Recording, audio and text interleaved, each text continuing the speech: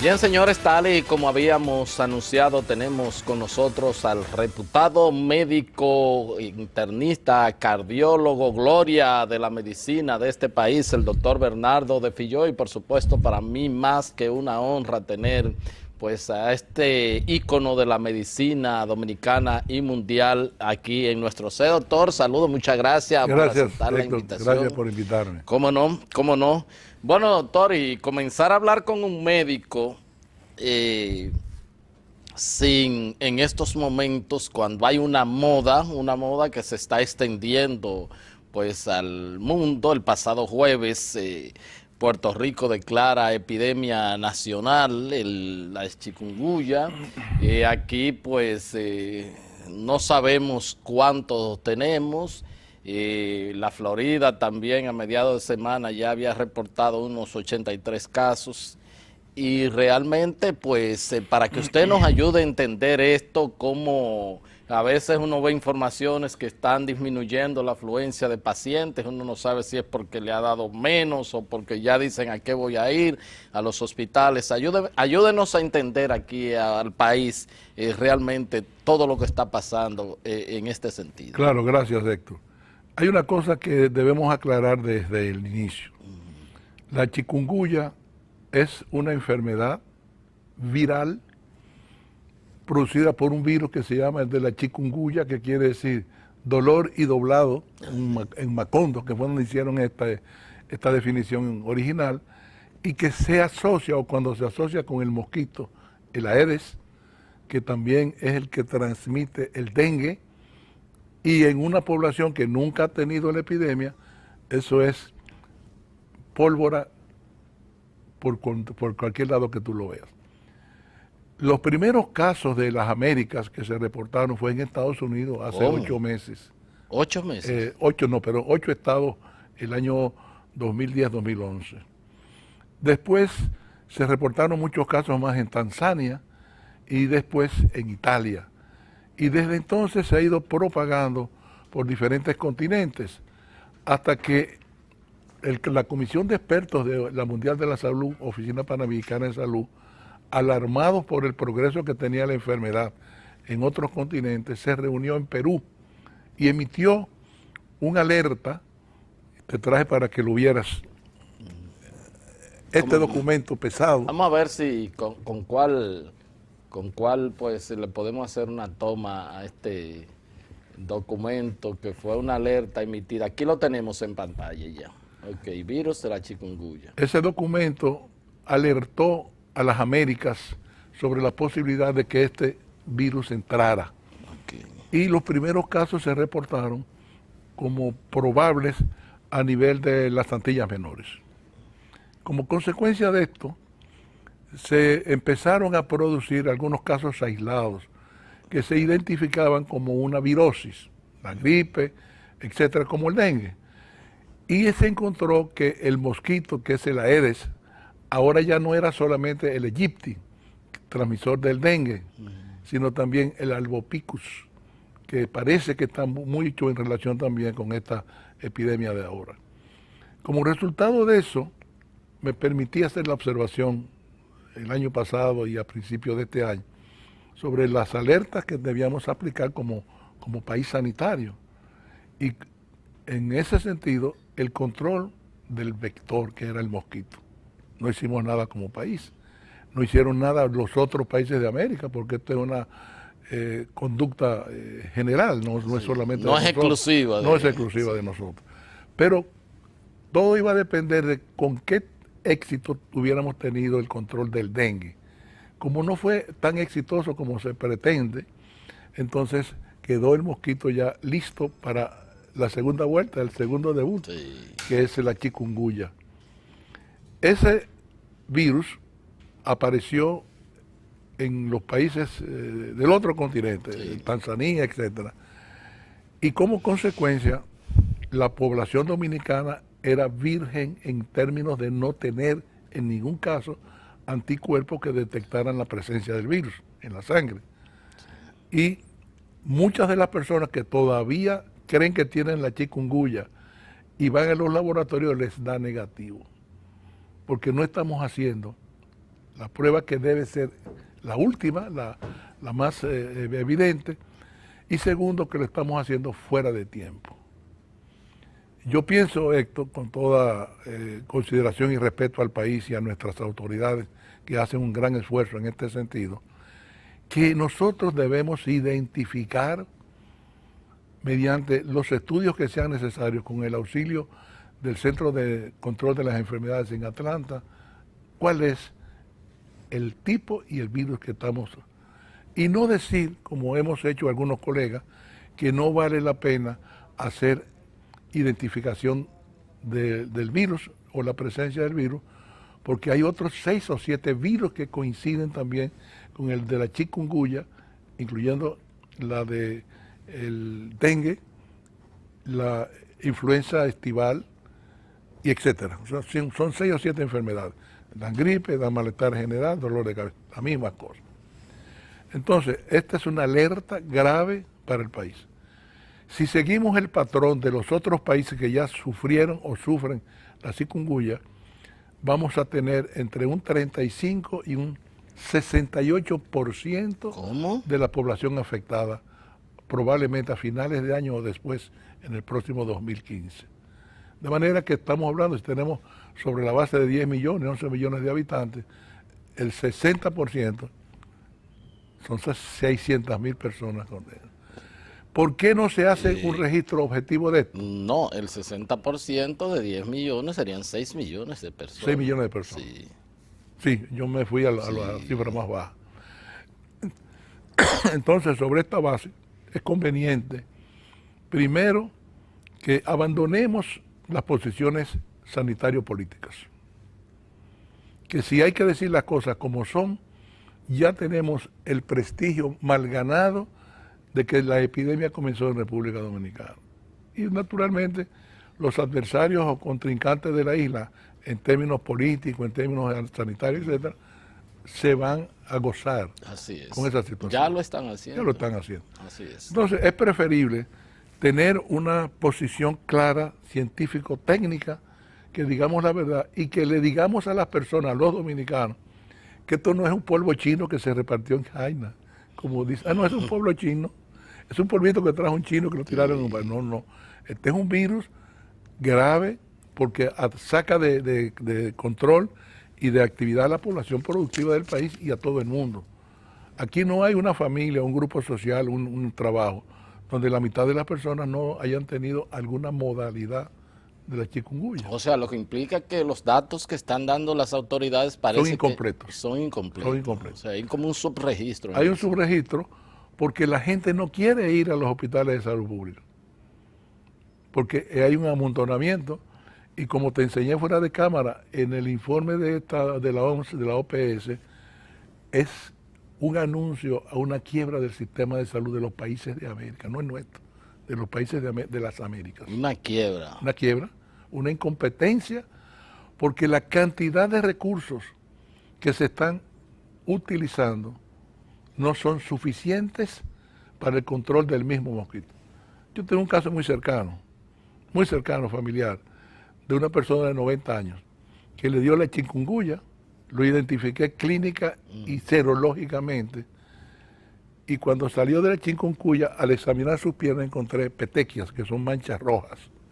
Le dio el dengue, la misma pareja del mosquito.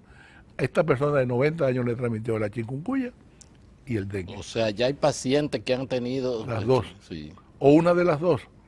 Ahora mismo hay otros casos conocidos en el sector privado. Yo estoy básicamente en el sector privado, pero como dice en la película, mirando el sector público siempre, que tienen ya otras manifestaciones de dengue y que se están identificando. Si tú haces las pruebas de identificación de la chikungunya o del dengue fuera de tiempo, te va a dar negativo. Si lo haces pensando que solamente las plaquetas del hemograma van a bajar con el dengue, te vas a encontrar que con la chikungunya también hay una reducción de las plaquetas y no es dengue ni es hemorrágico. ¿Cómo? Pero la chikungunya puede dar también, y eso es importante que la población lo entienda, problemas a nivel de hígado, a nivel de pulmón, a nivel de cerebro, a nivel de corazón y a nivel de riñón. O sea que tú puedes tener la enfermedad y por el abuso de tomar grandes cantidades o frecuentes cantidades de acetaminofén o paracetamol, que son de 750 miligramos, ¿qué va a pasar?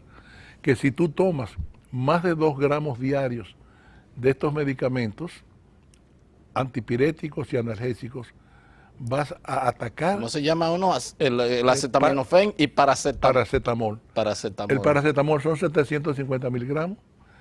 Si tú te tomas 2 gramos diarios de ese paracetamol, estamos hablando de 2 pastillas, estás casi obligando al hígado a tener fallas y en peor de los casos, hemorragias y lo que se llama la atrofia amarilla aguda. Eso tenemos que tenerlo en cuenta.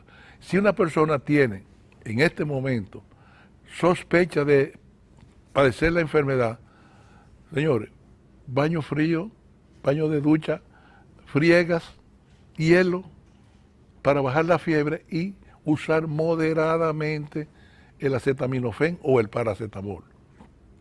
Bueno, se está dando, se le está indicando a la gente el acetaminofén cada 6 horas. Bueno, son 2 gramos.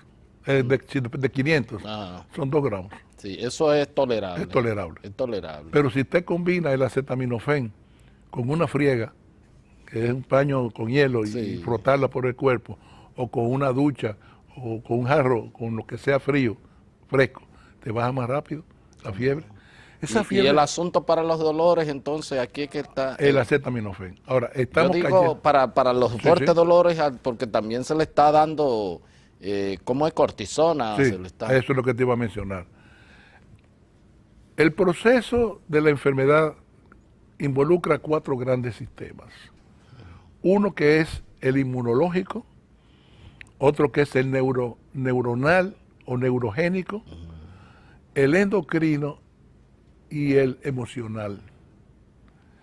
Cuando el virus entra al cuerpo, él por él mismo no hace nada si no se mete en la célula. Y la célula que ha preferido, aparte de las generales del cuerpo humano, son las articulares. Cuando se concentra en la articulación o en los tendones o en los huesos, lo primero que hace el virus es que destruye el sistema sinovial, es la grasa que mantiene la articulación trabajando bien. Es la grasa que le echamos a los carros. Así es. Lo segundo que daña es la cápsula, que es el cojinete, el cubre polvo de los carros. Primero se traga la grasa, que es el lubricante, para mantener. Después se traga la cápsula donde está eso, que es la cápsula articular. Sí. Se traga el cartílago, que es el cojinete, para que no choquen hierro con hierro, hueso con eso. Y finalmente crea un proceso inflamatorio a largo plazo que puede durar desde una semana o un mes hasta 3 y 5 años. ¿Cómo? Así es. Entonces, ¿cuál es la racionalidad del tratamiento? Tú me lo irías a preguntar más adelante. La racionalidad es cortar el proceso inmunológico, detener la destrucción del hueso, de la cápsula y la recuperación del líquido sinovial, que es el fluidificante. Si nosotros, en un programa dirigido por las autoridades sanitarias, nos instruyen a los médicos cómo hacer eso, se van a acabar los disparates que está haciendo la población.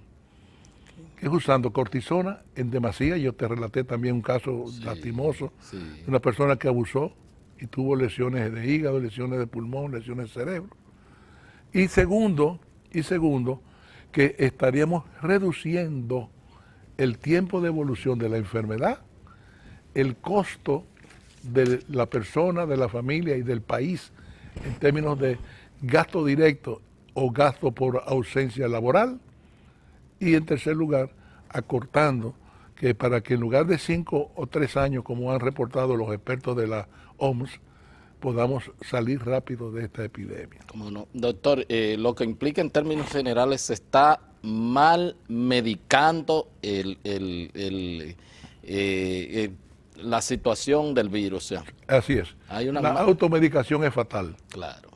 La falta de información de nosotros los médicos es el segundo punto por el cual tenemos que solicitar encarecidamente, Héctor, la autoridad sanitaria como el elemento regulador de la información real, de la información objetiva, técnico-científica y de cómo combatir cada una de estas 4 áreas que he mencionado: la inmunológica, la neurogénica, la osteoarticular y la psicológica. Porque además, doctor, lo que se está diciendo es, bueno, esto es benigno, esto es un proceso, en de 3 a una semana ya usted está bien, y no hay grado de letalidad, o sea, no es el dengue hemorrágico, y entonces eso es lo que se está diciendo. ¿Eso es tan así? En cuanto a la comparación del dengue y de la chikungunya, es verdad que no es letal como el dengue, especialmente la forma hemorrágica. Pero lo que no sé, ¿por qué no hemos aceptado e implementado la identificación y el diagnóstico entre las otras enfermedades que se parecen a la chikungunya? Aquí tenemos una situación comunitaria de pobreza, de hacinamiento, de mala condición del agua que se usa para consumo humano, desde la disposición de excretas, de acumulación de agua en los techos, en las gomas, etcétera. Entonces, eso de que el dengue se combate juntando el borde con cloro, no, a mí que no me hablan el cuento chino. Eso son otras cosas, que eso es importante, Héctor. No es que no se haga, no quiero que me malinterpreten, pero sí que se complemente con otras medidas de verdadero control de la comunidad. Esto es... Que quizás eso salga entonces bajo la responsabilidad, podría decir, de las autoridades de salud pública. De control y supervisión de las autoridades de salud pública. Sí, así es. Pero con una participación de toda la comunidad, esto es un problema de todos. Así es, porque a veces los ayuntamientos pueden intervenir para mejorar. Las juntas de vecinos, los barrios, las cosas. O sea, es una campaña, un programa y una campaña que no se va a acabar por ahora, que no se debe acabar por ahora. Y mucho menos que estamos entrando en temporadas de lluvia. Bueno, así es, así es. Bien, vamos a solicitar el permiso del doctor Bernardo de Filló, un reconocido científico de la medicina dominicana. Vamos a un corte, tenemos otros temas bastante importantes para pues conversar con este reputado galeno. Continuamos con esta entrevista con el reputado médico internista cardiólogo, el doctor Bernardo de Filló. Doctor, entonces, otra cosa de lo que los dominicanos y en el mundo se mueren mucho, o no morimos mucho, por ejemplo, tenemos una gran cantidad de letalidad, es el asunto de las enfermedades cardiorrespiratorias, cardiovasculares en sentido general. Entonces, ¿cómo están esos indicadores? ¿Cómo está esa situación? Aumentando. Y segundo, que es más grave todavía, bajando en 2 décadas la edad para sufrirlas. ¿Cómo va a ser? Por ejemplo, antes yo tengo ya 52 años de ejercicio, Héctor, yo soy un viejo renovado. Y entonces yo veía gente de 65, 70, 80 años en mi consulta, pública y privada. Yo fui profesor 47 años en las universidades. Y ahora lo estamos viendo de los 35 años hacia los 50. O sea que ya son 2 décadas hacia abajo. En un estudio que hicimos hace un tiempo ya, analizando 460,000 casos de enfermos cardiovasculares, complementario también, si tú quieres, de lo que hizo la Sociedad Dominicana de Cardiología, la hipertensión ha aumentado. Y la hipertensión se considera definitivamente como la diabetes una enfermedad de herencia, es hereditaria. Y lo tercero, el mayor ejemplo soy yo. Bueno, yo vengo de una familia también de hipertensos y diabéticos, y yo me mantengo con una glicemia por debajo de 100. Bueno, Pero eso es, mi madre murió de un infarto a los 63 años, durmiendo. Ella era paciente del doctor Corazones Unidos, ahí Luis Cuello. de Cuello, así es. Y bueno, pues yo la heredé y todos los hijos somos así. Entonces eso es lo que hay que cuidar. Sí. Entonces uno puede Oye, tener... yo tengo como 13 años todos los días tomándome una lodipina de 5 Ok. por la mañana. Obviamente todo el tiempo la he mantenido normal. normal. Y no se te hinchan los tobillos ya. No, no, no, no, no.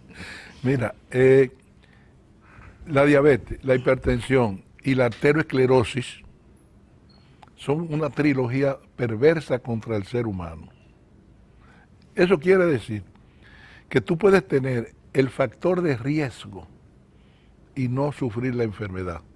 O si lo haces en un grado menor o levemente.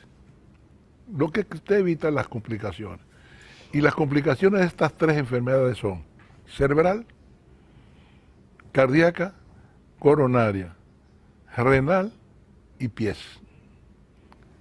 Si tú tienes el factor hereditario, pero no ejerces la enfermedad porque te controlas, Sí, entonces vas a tener una vida como estaba programada. cómo no. Y sus Y ejercicios, exactamente, ejercicio, dieta, la alimentación un poco controlada, las grasas, las sales y así es. todo eso. El control de la presión alta, Sí, el control del azúcar. sí, Y entonces, no inventar cosas como hacemos los dominicanos, somos medio morbosos en eso, Héctor. Es decir, dice, no, hombre, no, deja eso, tú vas a estar tomando pastillas todo el tiempo. Y cuando el paciente me dice, doctor, pero yo me tomo 3 pastillas al día ya, de 3 cosas diferentes. Le digo, mañana o pasado mañana, o dentro de un año que usted venga, o cuando no vuelva más, cuente el número de granitos de habichuela que usted se come todos los días. A ver, así si, es, si es comparado. Bueno, así es. pero como quiera que sea, en grupos más jóvenes de la población estamos viendo hipertensión arterial en aumento. Casi el 27-30% de la población pudiera tener hipertensión, con igual proporción para los diabéticos.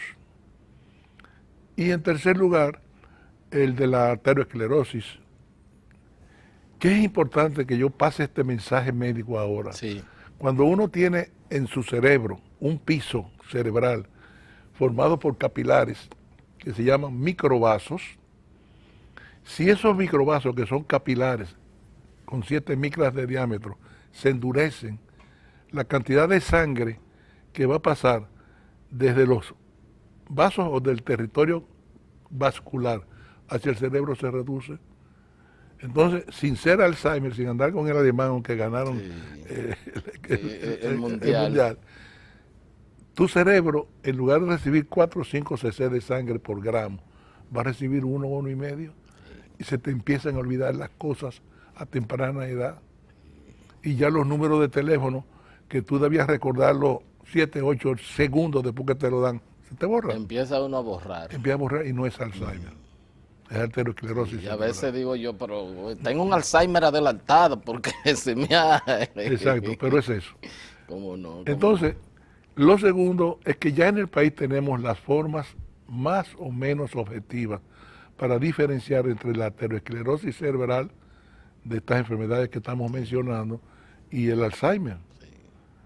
Hay unas pruebas que se hacen a nivel de resonancia magnética con espectroscopía y hay una forma o una parte del cerebro atrás que se llama el cíngulo, en que la cola del cíngulo se producen proteínas y esas proteínas son las que van a decidir si tú tienes o no tienes el Alzheimer.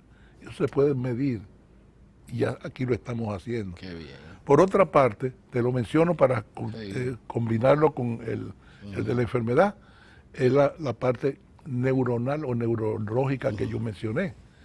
Si una persona tiene afectación por la chikungunya, en la parte neuronal y en la endocrina mezcladas las dos, quiere decir que tu organismo responde produciendo cortisona normal en tu aparato renal o nefrogénico. Y esa cantidad pequeña de cortisona sirve para controlar el aspecto inmunológico mencionado. Sí, ok. O sea, el automático. Mira qué bien, qué Eso se bien. llama homeostasis. Los médicos y los pacientes dominicanos no estamos entendiendo eso. Entonces, si tú vas a dar cortisona, Además de la que está además de la que produciendo. tú produces normalmente, vas a cuantificarla y medirla. En lugar de hacer un abuso de ella, úsala muy pequeñas cantidades por 1 o 2 días para cortar el proceso inmunológico. Esa Qué es mi bien, conducta. qué bien. Mira, doctor, y bueno, en este verano, mucho calor y muchas cosas, ¿cuáles siguen? Hay que recomendar a la gente, ¿cuál sí? Comidas de bajo poder calórico, mucha buena hidratación para ayudar al riñón, especialmente en los hipertensos, a que drenen mejor cantidad y calidad de orina. No usar bebidas energizantes como está de moda ahora en la juventud. Eh, hacer ejercicios con una ropa ligera, fresca y en horas que no sean de tanto calor. Nosotros amanecemos con 32 grados diarios. Sí. O sea que si yo me tomo por decir una marca ahí, para que no me vayan a cosas, haciendo ejercicio un Gator, es preferible tomar agua, ¿verdad? Así es, no, pero el Gatorade está bien porque te sustituye la pérdida de sales normales por el sudor. Ok, lo que no se puede tomar siempre, No, ni constantemente, tampoco en demasía. en demasía. Ok, ok, de manera que ropa ligera y todo eso. Exactamente, Bueno, no ponerte unos buzos que se ponen ahora, unos abrigos para sudar. No. una cuestión así. Mire, doctor, y bueno, parece que también la gente está, la ingesta de bebidas alcohólicas, del cigarro y todo esto, estos son Tabaco cero, tabaco cero. potencialidades Sí, para morir. sí, o Para no como unos delatar. primos que yo tengo que bueno, el médico dice que hay que consumir líquido y que sea frío, entonces que déjame tomarme una pequeñita. No. Primero que tiene la textura y la composición de estas pequeñitas Ajá, o de estas grandes compartidas, cebada. se va, Eso aumenta muchísimo la cantidad de hidratos de carbono sí. y ya tú sabes con la diabetes. Y a partir de ahí, de manera que agua Decía un solamente. familiar mío ya muy octogenario, y yo le decía, no te pongas a tomar tanto alcohol que te va a dañar los ojos, te va a quedar ciego.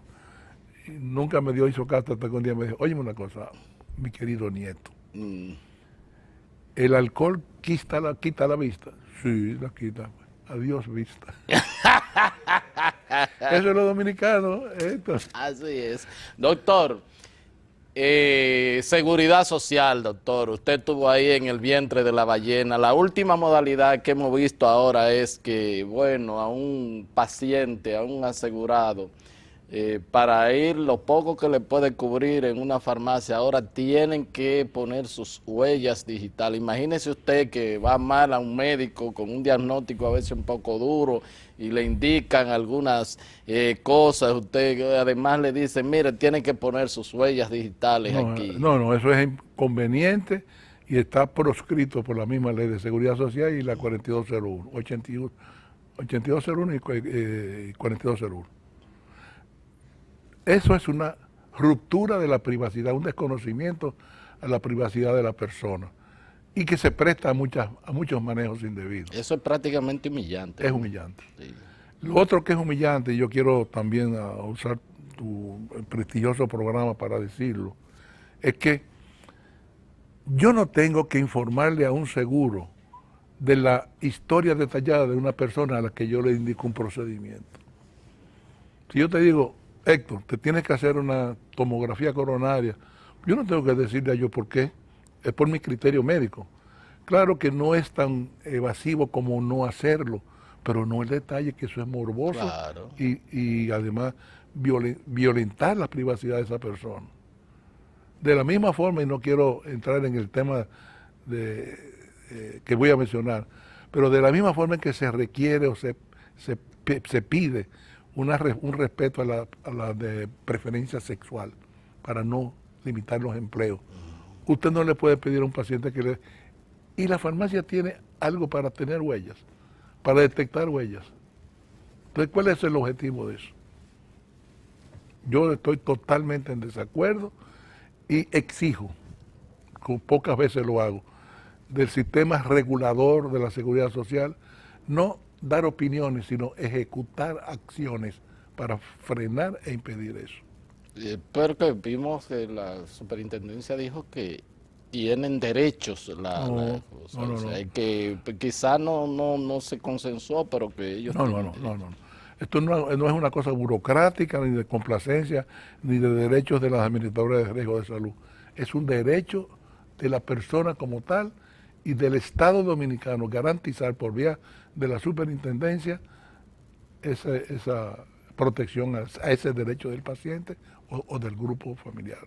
¿Cómo no? Doctor, todo luce indicar que, bueno, por lo que se está viendo, eh, necesita reforma el sistema ¿qué hace falta? Porque, bueno, el asegurado, el afiliado no se siente bien, a veces va, no, realmente no hay como aunque lo que tenemos quizá pueda ser, digo, yo estoy equivocado, y escúcheme usted que fue funcionario, o sea, yo digo, cuando yo tenía mi seguro viejo, yo estaba mejor que con el seguro actual. Sí, porque a veces me decían un médico, no, pues mira, yo no cojo esto, entonces nos llamaba, sí, está bien, o algo así por el estilo, se buscaba una solución. Ahora no hay solución que valga. Me puedo estrenar en la respuesta con diciéndote que yo no tengo seguro porque yo no me lo reconocen, porque soy un infeliz pensionado del Estado Dominicano.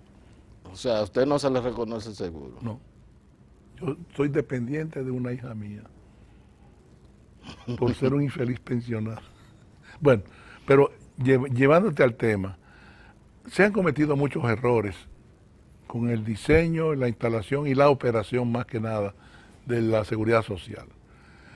Debo decirte con pena, siendo o habiendo sido uno de los funcionarios principales de su concepción e instalación y operación inicial, que el programa que se hizo no es el que se está ejecutando. Que debemos hacer una revisión objetiva, proactiva a mejorarla, no a dañar lo que tiene bien, y retornar a los criterios básicos de lo que es la seguridad social, que es la garantía del Estado a la salud individual y comunitaria por familia. Nosotros no podemos dejar en manos de las administradoras de riesgo de salud el control del sistema. Y así como inicialmente se adulteró el programa del Plan Familiar de Salud y se sustituyó por un programa de servicios de salud que fue un recorte intencionado de los servicios a cubrir y encarecimiento de ellos, porque se dejó en manos de las administradoras de riesgo el costeo y la oferta de planes complementarios. En la primera etapa... Perdón, de manera que según usted entonces ahora las ARS tienen el control del sistema de salud. Total, sí, total. El plan complementario, Héctor, debía ser, como mencionamos creo que fuera ahora del aire, un sistema para el que quiera mejorías en la calidad de su servicio, pero con una calidad básica asegurada. Claro. Entonces, si yo quiero una suite presidencial, págala. Si yo quiero un armario de caoba en una habitación, págalo. Si quiero una televisión de 62 pulgadas, págala. Claro. Pero eso no es la seguridad social. Esos son agregados a la seguridad social, que son los llamados planes complementarios que contempla la ley. Pero generalizar los planes complementarios ha desvirtuado. Y a condicionar que el que no tiene plan complementario no puede entrar a la seguridad social, eso no es así, eso es incorrecto. Y te debo asegurar, sin temor a equivocarme, que en la primera fase de la operación del sistema se instalaron 500 planes complementarios. Wow. Cuando no había todavía el plan básico de salud. 500 planes complementarios. No estoy en condiciones ahora de entrar en ninguna discusión con las ARS, pero tengo la distribución de la cantidad de planes complementarios que comentaron por cada ARS. Abuso. Mire, naturalmente eso da la oportunidad a que se encarezca el aporte de bolsillo que hace cada persona o cada familia. Claro, y segundo, a que se mantenga una cantidad exigua de cobertura de medicamentos porque son 3,000 pesos al año, pero 3,000 pesos se te van en una receta actualmente. Así mismo, ¿eh? Así es. No en un año, sino en una semana, en un día. Sí, para eso usted tiene que también utilizar las huellas digitales, es un ejercicio de humillación. Mire, doctor, siguiendo ahí en ese plan, las propuestas que hay de utilizar el 10% de los fondos de pensiones para crear un banco del Estado, el Bandex, para promover las exportaciones. Mira, eso ya son cosas mayores, son nadar en profundidades del océano, porque la ley establece muy claramente cuáles son las áreas en que se pueden usar esos fondos. Lo segundo, que el Estado tendría que hacer algunos ajustes legales para que eso suceda. Y tercero, medir perfectamente cuánto dinero te va a quedar en tu cuenta para que tú te puedas pensionar o jubilar en la edad que a ti te conviene. Si ahora resulta que tú debes tener 300 pagos para poder jubilarte, calcúlate en tu edad 300 meses a ver cuánto te va a dar. Oh, pero venga acá. Ni para comprar chicle al final, ¿verdad? Claro.